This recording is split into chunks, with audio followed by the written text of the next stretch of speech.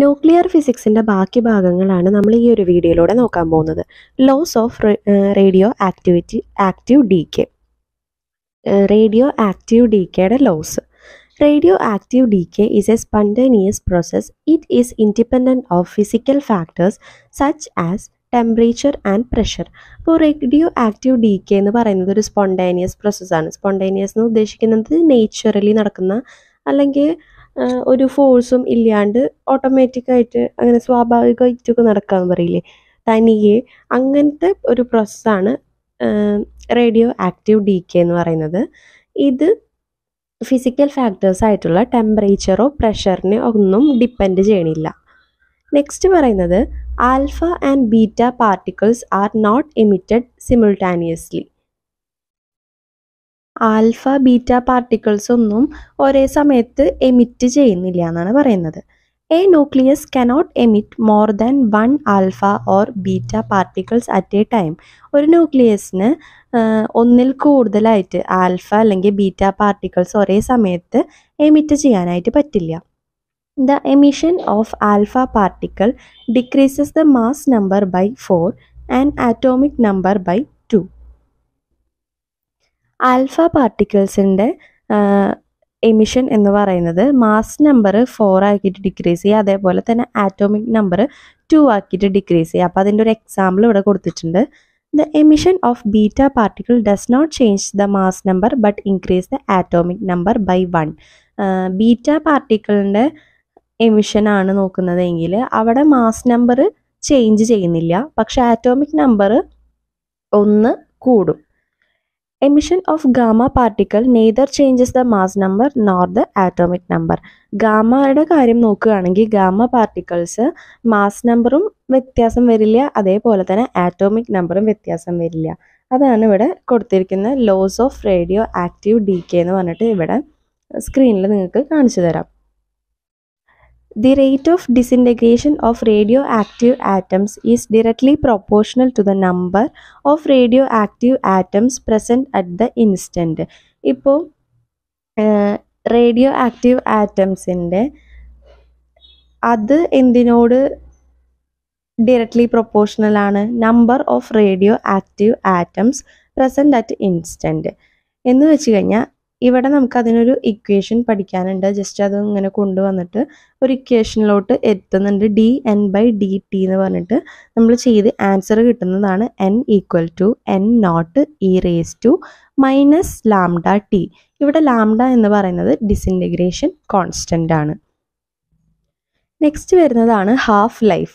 The time interval during which half of the atoms of the given radioactive sample decay is called half-life. It is denoted by T. Half life എന്നതുകൊണ്ട് ഉദ്ദേശിക്കുന്നത് ഒരു time interval തന്നിട്ടുണ്ടാവും, അതിൽ ആറ്റംസിൻ്റെ ആറ്റംസിൻ്റെ പകുതി മാത്രം decay ആവുക, അതിനെയാണ് half life എന്ന് പറയുന്നത്. ഇത് ഡിനോട്ട് ചെയ്യുന്നത് T വെച്ചിട്ടാണ്. ഹാഫ് ലൈഫിൻ്റെ കേസിൽ നമുക്കൊരു ഇക്വേഷൻ പഠിക്കാനുണ്ട്. T ഹാഫ് എന്ന് പറയുന്നത് 0.693 ഡിവൈഡഡ് ബൈ ലാംഡയാണ് വരുന്നത്. അതേപോലെ തന്നെ അതിനൊരു ഗ്രാഫ് പഠിക്കാനുണ്ട്. ഇതൊക്കെ ഞാൻ സ്ക്രീനിൽ നിങ്ങൾക്ക് കാണിച്ചു തരാം. പിന്നെ വരുന്നതാണ് activity of the given sample.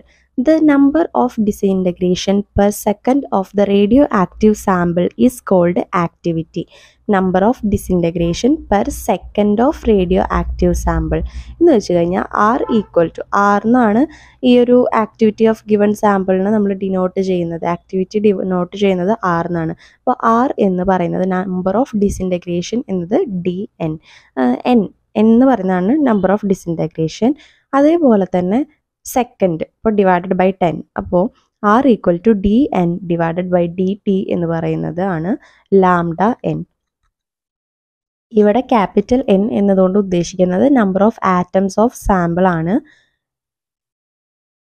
പിന്നെ ആക്ടിവിറ്റിയുടെ SI യൂണിറ്റ് ഇവിടെ പറയുന്നുണ്ട് ബെക്കറൽ എന്നാണ്. 1 ബെക്കറൽ = 1 dk/second. ഇത്രയും കാര്യങ്ങളാണ് ഈ ഒരു ഭാഗത്ത് വരുന്നത്. The mean lifetime. Mean life tau is defined as the average time the nucleus survives before it decays. Mean lifetime എന്ന് പറയുന്നത് ഒരു ന്യൂക്ലിയസ് ആ ഒരു നശിക്കുന്നത് വരെയുള്ള ഒരു കാലയളവില്ലേ, നശിക്കുന്നതിന് മുന്നേ വരെയുള്ള ഒരു കാലയളവ്, അതിനെയാണ് മീൻ ലൈഫ് ടൈം എന്നതുകൊണ്ട് ഉദ്ദേശിക്കുന്നത്. Mean life can be determined by calculating total lifetime of all nuclei initially present and dividing it by total number of nuclei. Let the number of nuclei decaying in time interval t and t plus dt be tn and the lifetime of the nuclei be t.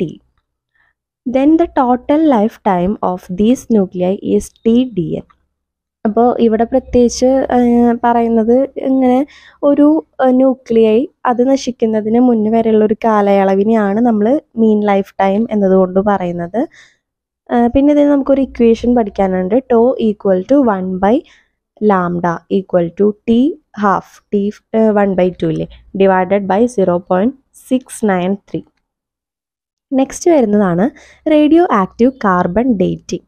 Radioactive carbon is produced in our atmosphere by bombardment of nitrogen by cosmic rays. അപ്പോൾ radio active ഈ കാർബൺ-14 അത് ഉണ്ടാവുന്നത് നമ്മുടെ അറ്റ്മോസ്ഫിയറിലാണ്. അതെങ്ങനെയാണ്? Nitrogen 14 അത് cosmic റേയും ആയിട്ട് bombard ചെയ്തിട്ടാണ് ഇങ്ങനെ ഒരു റേഡിയോ ആക്റ്റീവ് കാർബൺ ഉണ്ടാവുന്നത്. The ratio of carbon to 14 carbon to 12 carbon in the carbon dioxide molecules of our atmosphere has constant value approximately 1.3 into 10 raised to minus 19. അപ്പോൾ ഇവിടെ പറയുന്നത് കാർബൺ 12 എന്ന് വരുന്നതില്ലേ, അത് കോൺസ്റ്റൻറ്റ് ടു ലിവിങ് അല്ലെങ്കിൽ dead ആയിട്ടുള്ള സാധനങ്ങൾക്കാണ്. അതുപോലെ carbon 14 വരുന്നത് ലിവിങ് ഓർഗാനിസത്തിന് മാത്രമാണ് കേട്ടോ. അത് ഓർത്ത് വെച്ചാൽ മതി. നമ്മൾ മരിച്ചു കഴിയുകയാണെങ്കിൽ കാർബൺ 14 എന്ന് പറയുന്നത് നമുക്ക് ലോസ് ആയിട്ട് പോകും. അത് ജസ്റ്റ് ആലോചിച്ച് വെച്ചാൽ മതി. നെക്സ്റ്റ് വരുന്നതാണ് effect of radiation. Human being are much sensitive to irradiation of gamma rays and X-rays. Some of damages caused by impairment of production of blood corpuscles, damage to reproductive system, damage to lens of eye, production of cancers, etc. അപ്പോൾ radiation കാരണം വരുന്ന മനുഷ്യന്മാർക്ക് വരുന്ന ഓരോ മാറ്റങ്ങളൊക്കെയാണ് ഇവിടെ പറയുന്നത്. എന്തൊക്കെയാണ്? Blood കോർപ്പസൽസിന് ഓരോ പ്രശ്നങ്ങൾ വരിക, അതുപോലെ റീപ്രൊഡക്റ്റീവ് സിസ്റ്റം ഡാമേജ് ആവുക, ലെൻസ്, കണ്ണിൻ്റെ ലെൻസ് ഡാമേജ് ആവുക, പിന്നെ ക്യാൻസർ പ്രൊഡ്യൂസ് ചെയ്യുക, ഇതൊക്കെയാണ് നമുക്ക് റേഡിയേഷൻ കാരണം വരുന്നത്.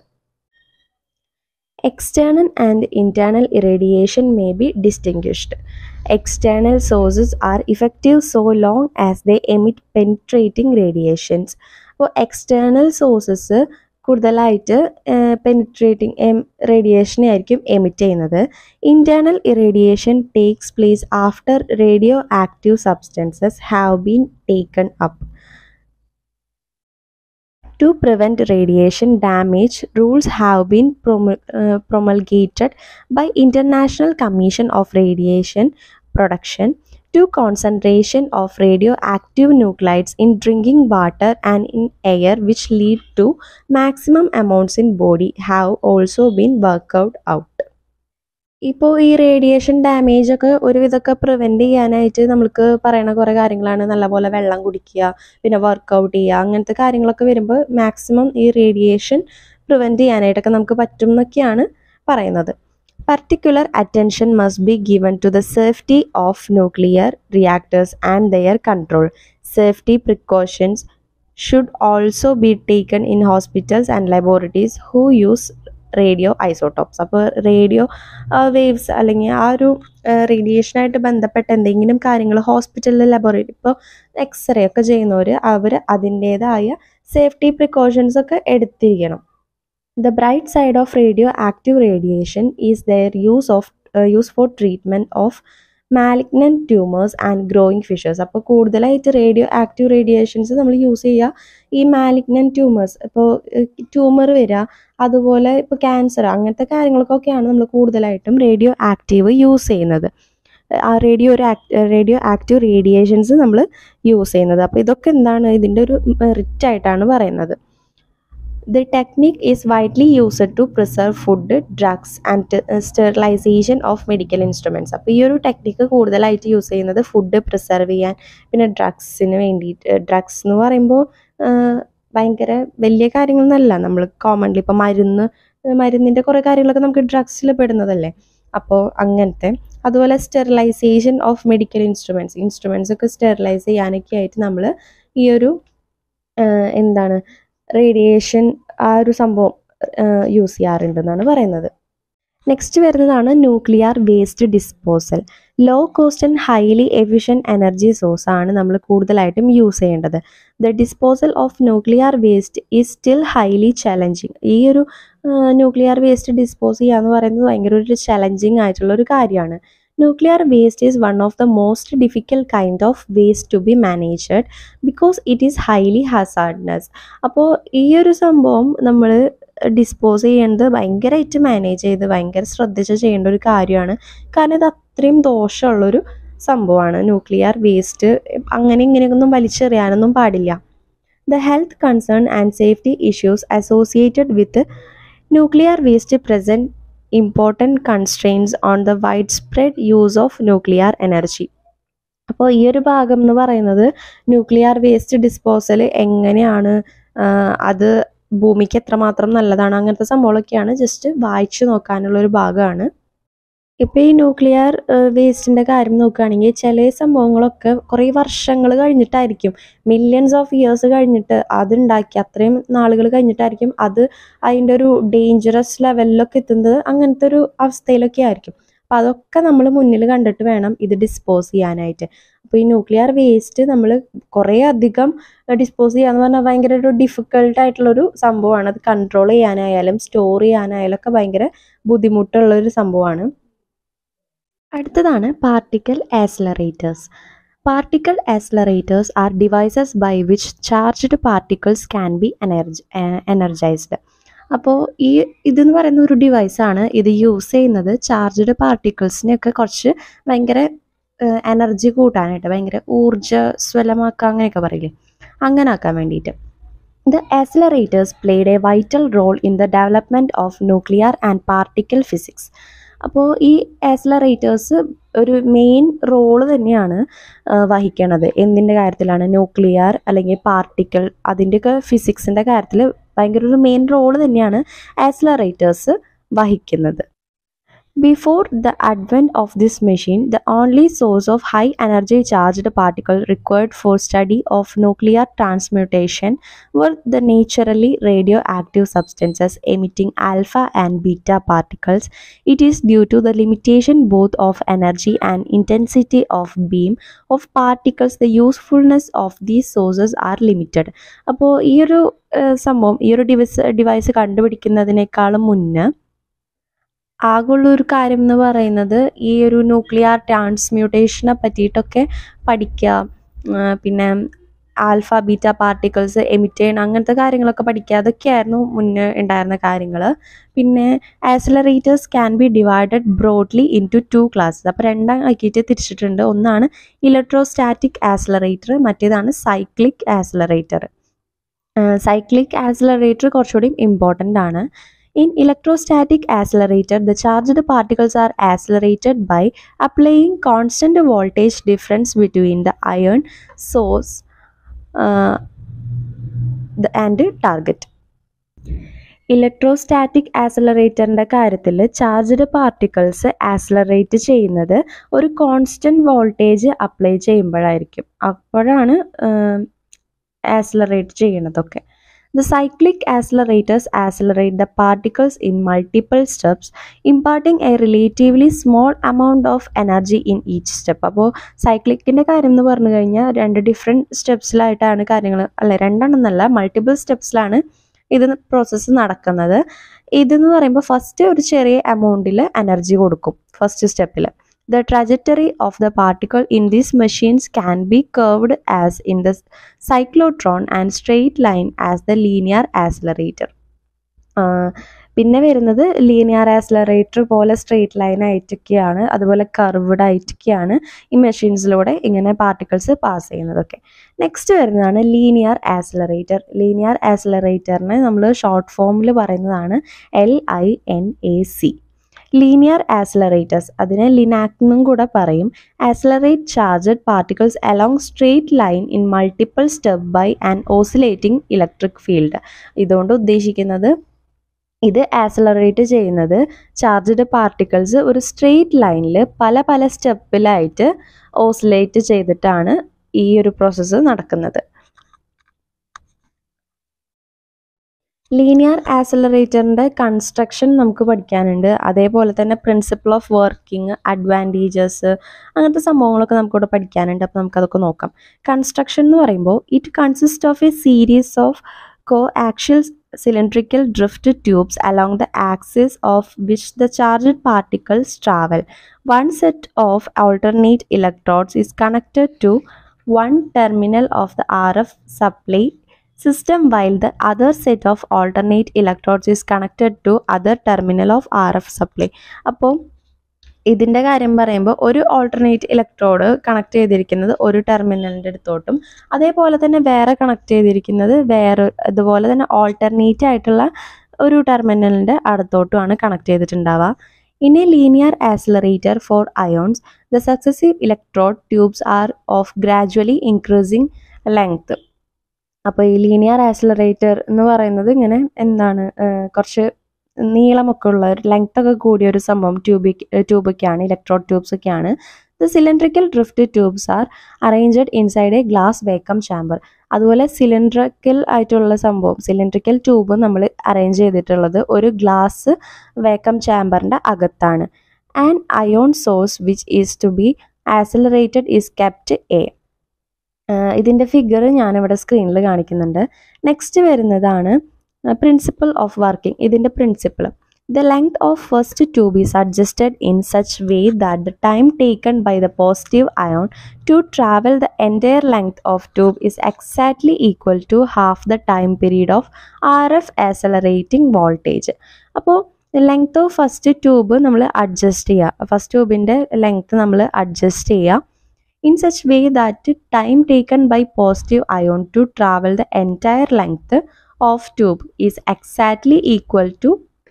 അപ്പോൾ നമ്മൾ ഇത് ലെങ്ത് അഡ്ജസ്റ്റ് ചെയ്തിട്ട് അതിന് ആ ഒരു എൻറ്റയർ ലെങ്ത്തിലേക്ക് ആ ഒരു പോസിറ്റീവ് അയോണിന് ട്രാവൽ ചെയ്യാൻ എടുക്കുന്ന ടൈം എന്ന് പറയുന്നത് ഈ RF ആക്സിലറേറ്റിംഗ് വോൾട്ടേജിൻ്റെ ഹാഫ് ടൈമിനോട് ഈക്വൽ ആയിരിക്കും എന്നാണ് പറയുന്നത്. അപ്പോൾ ഇതാണ് ഇതിൻ്റെ ഒരു പ്രിൻസിപ്പിൾ ഓഫ് വർക്കിംഗ്. പിന്നെ അതിൻ്റെ ഒരു ഇക്വേഷൻ വരുന്നുണ്ട്, VN equal to √n 2QV divided by M എന്ന് പറഞ്ഞിട്ട് ഈക്വൽ ടു √n V1.